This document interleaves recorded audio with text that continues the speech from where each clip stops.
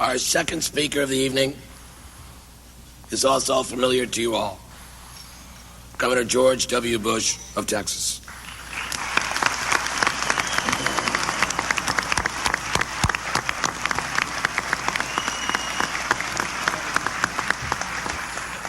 Governor Bush's campaign points out that he, too, came from a small town, Midland, Texas. Oh, come on, will you? There's nobody here from Midland, Texas. Give me a break. The campaign film made the town seem so small that an all-night drugstore closed at noon. In the interest of fairness, I will also waive Governor Bush's biography. If you need to know more about Governor Bush, the Vice President has promised me he'd hang around later and answer some questions. Isn't that right? Absolutely. It is my second great honor of the evening to introduce the distinguished governor of the great state of Texas, George W. Bush.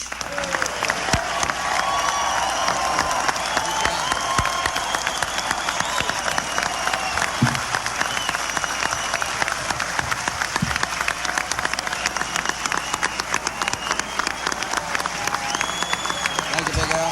Thank you all.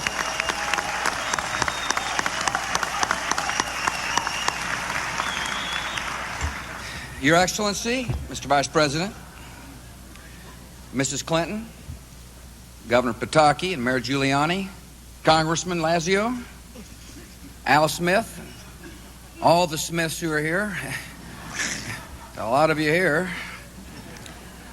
distinguished dais, or better known as the top 1%.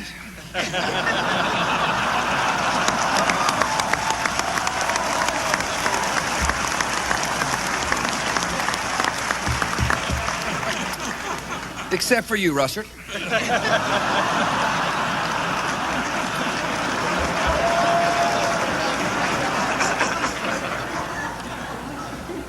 Thank you all very much. This is an impressive crowd, the haves and the have-mores. Some people call you the elite. I call you my base.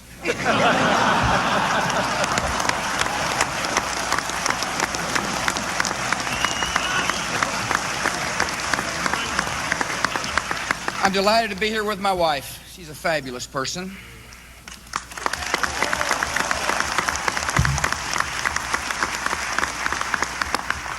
She's always full of good advice. Just like tonight. Get on the elevator here at the Waldorf Astoria. It's the first time I've ever worn tails. She says, "This is a big deal, George." She said, "A lot of important people are going to be there tonight, so whatever you do, don't try to be charming, witty, or debonair. Just be yourself."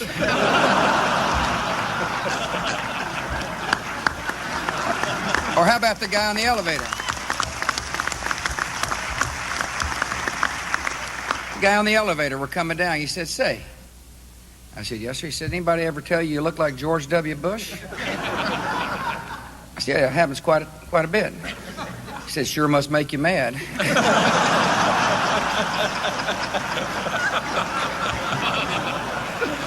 Or about the woman I just ran into coming off the elevator. She said, "I'd like to give you some advice on what to wear." I said, "Well, I appreciate that." She said, "White tie's fine, but you need some more earth tones." Perfectly nice woman. I think her name is Naomi or something like that. The odd thing was she handed me a bill for $15,000. Can you imagine? Sure, grown man paying $15,000 for somebody to tell you what to wear. Heck, $15,000 these days gets you a sleepover in the Lincoln bedroom.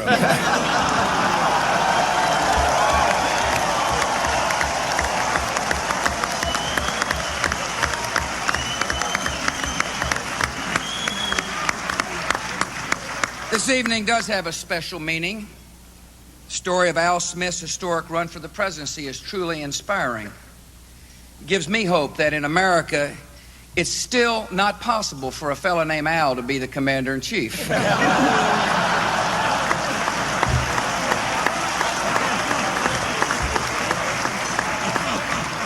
I'm pleased to be here with the Vice President this evening. He's been promising to work harder on getting some of the details right, and I hope he follows through. The other night after our third debate, just as I was leaving, he said, "I look forward to seeing you for the dinner in New York. I'll meet you at the Carlisle and dress as casual."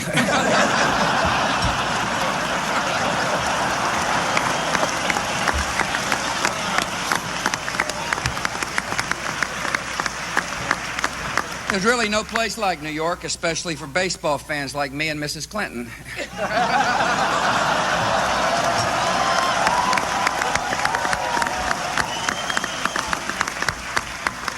It's a town with so many outstanding major leaguers: Derek Jeter and Mike Piazza, Adam Clymer. Big time. I actually have a lot of respect for the New York media. Believe it or not, even the New York Times. I like a newspaper that's predictable.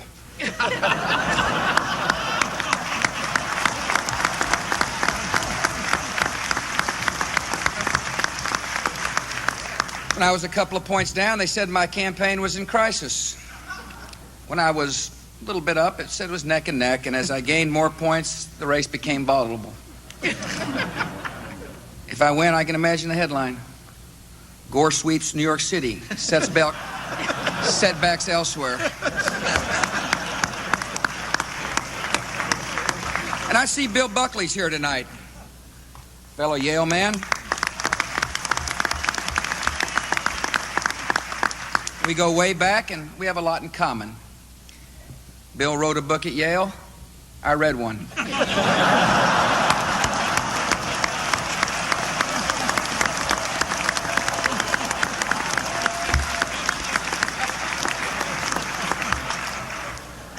He founded the Conservative Party.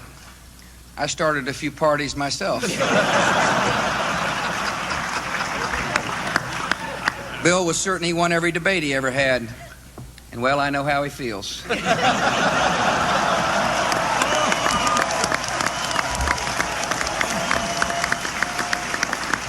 Of course, that's a matter of opinion. I know the Vice President disagrees, and here's my response. Mr. Vice President, I really wish you would stop sighing about my record. Foreign policy has been a big issue in this campaign, and we just had some really good news out of Yugoslavia. I'm especially pleased that Mr. Milosevic has stepped down. It's one less polysyllabic name for me to remember.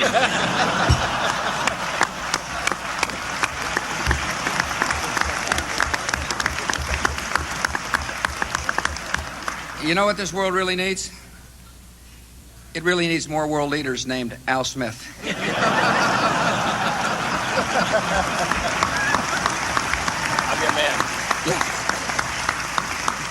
There's a lot of history, not only in this city, but right here in this hotel.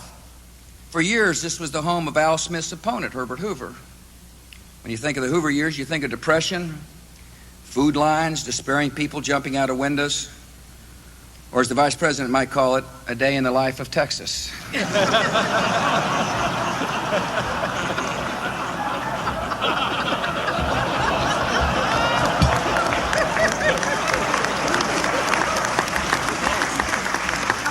For the most part, this has been an election about issues, and I think Americans are grateful for it.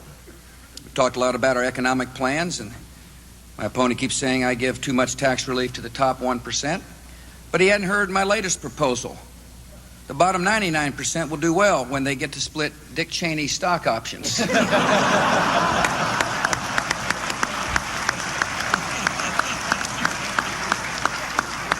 You know, when I was looking for a running mate, I got a lot of advice that I should choose the most powerful person in New York. Somebody who could take the fight to our opponents. Somebody tough, smart, fearless, and unrelenting. Unfortunately, Xenia Muka said she is unlikely to survive the vetting process.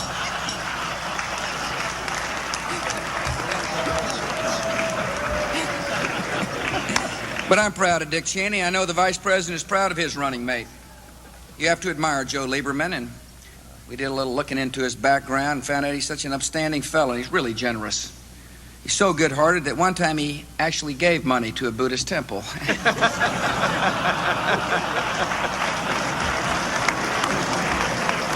And a lot of you know that my brother Jeb is a Catholic convert.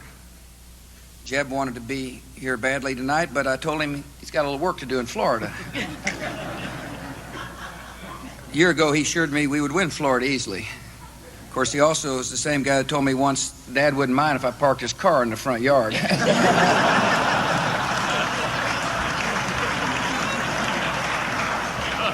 My opponent and I have had some strong differences, but let me tell you a few things I've learned in this campaign. He's a man who clearly respects and loves his wife and family. Like me, he married up. I've also learned he's a person of energy and skill and determination. This year, Mr. Vice President, I can't wish you success, but I do wish you well.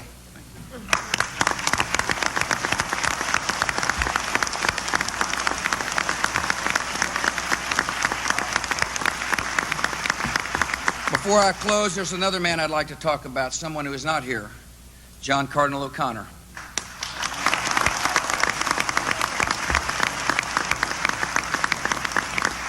I will never forget his funeral. Inside that beautiful cathedral were two presidents and other leaders of our country. Outside were average New Yorkers who stood 10 deep along Fifth Avenue. Cardinal was one of the most impressive men I've ever met. He was a moral leader, and not just for Catholics. And early this year, when I had some things to clarify, I knew exactly who to contact. Everyone who met him saw strength and energy, wit and intellect. He was a man who held a great position and added to its authority. He took a high office and lifted it. For anyone who aspires to leadership, he is a model. The story is told that when Pope John Paul II went looking for a successor to the great Cardinal Cook, he said, "I want a man like me in New York." Quote may or may not be true, but it turned out that way. Cardinal O'Connor was known for both his conviction and his kindness. He took people on their own terms. There were no barriers to his friendship. What a blessing to be his friend. Mayor Ed Koch, who's here tonight, called him one of the few truly heroic figures in our lives. That is how many of us saw him. And in this political season, his kind of heroism is worth remembering. Cardinal O'Connor defied all the labels and showed us that the truth is sometimes larger than the left or the right. He was a naval officer who spoke for peace. He defended the doctrines of his church and reached out to other faiths. He knew the wealthy and the powerful and taught that poverty in a wealthy nation is a scandal. He spoke for the rights of workers, the rights of immigrants, and the rights of the unborn.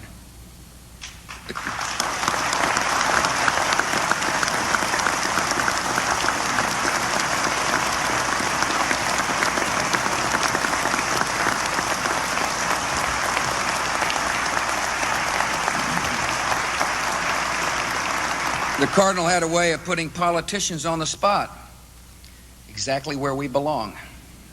He was never a man to mince words. He followed truth where it led and spoke for the dictates of morality. He understood that morality is what gives authority to power and purpose to freedom and dignity and direction to all our lives. He had a motto: there is no love without justice, and he lived it every day. And he proved that justice without love is incomplete. He provided that in AIDS wards and homes for unwed mothers and in countless acts of caring and comfort. Where the world wanted compromise, there was steel. Where the world expected harsh judgment, there was simple love. His Holiness clearly knows how to pick good men, and he's found another in Archbishop Edward Michael Egan.